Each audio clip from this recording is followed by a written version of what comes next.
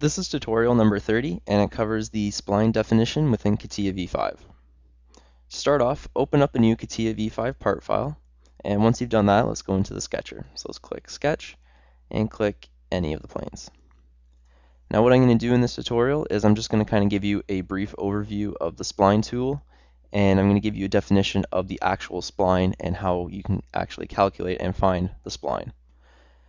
Now, the spline tool is located right here, or you can go through Insert, Profile, Spline, and get the spline.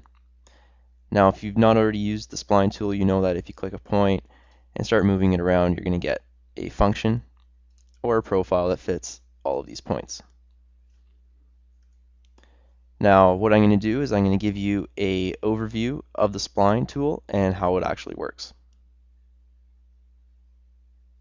This is from one of the lectures that I've had going through engineering, and this is just kind of like an example just to show you like a reasonable and an unreasonable spline definition. So they both have the same point coordinates, but the difference is that as you're going around, one is a reasonable and one is unreasonable. This one's unreasonable as it's shooting up all over the place. So really, you're not getting the true spline that you want. This one, it goes around, it curves around, and that's what you want.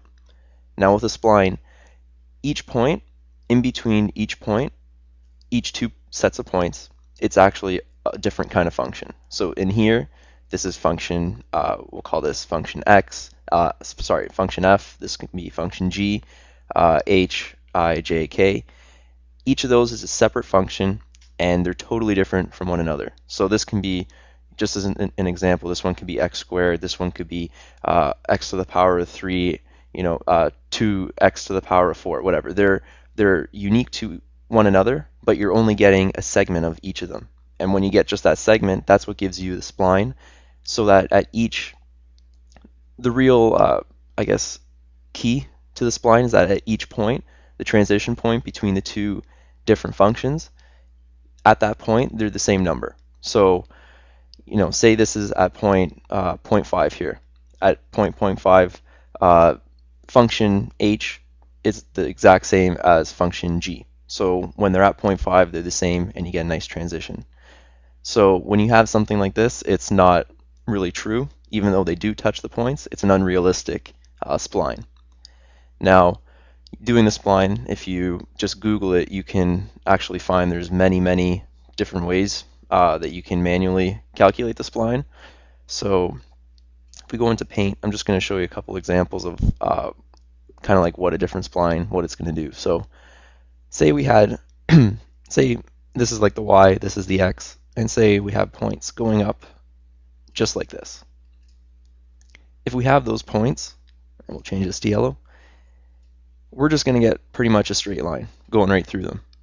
But if we have points such as this,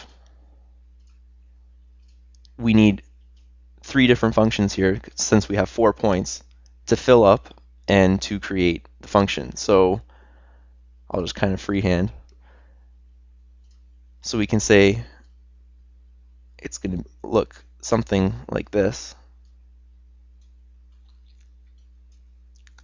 But if we go to the yellow, let's say this is our first function. This function really actually continues, such as that. This function here is really something like that.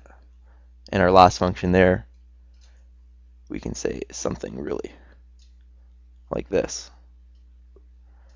So you can see that we're kind of like cutting out patches of different functions and putting them together. So that's pretty much what the spline definition does. Now I'm just going to show you how that straight line, how it will actually make a straight line in the spline. So let's click Spline, and if we just draw in a straight line, we're just going to be creating a straight line, just like I showed you in the Paint. And if I do it kind of on an angle, it's still going to keep somewhat a straight line.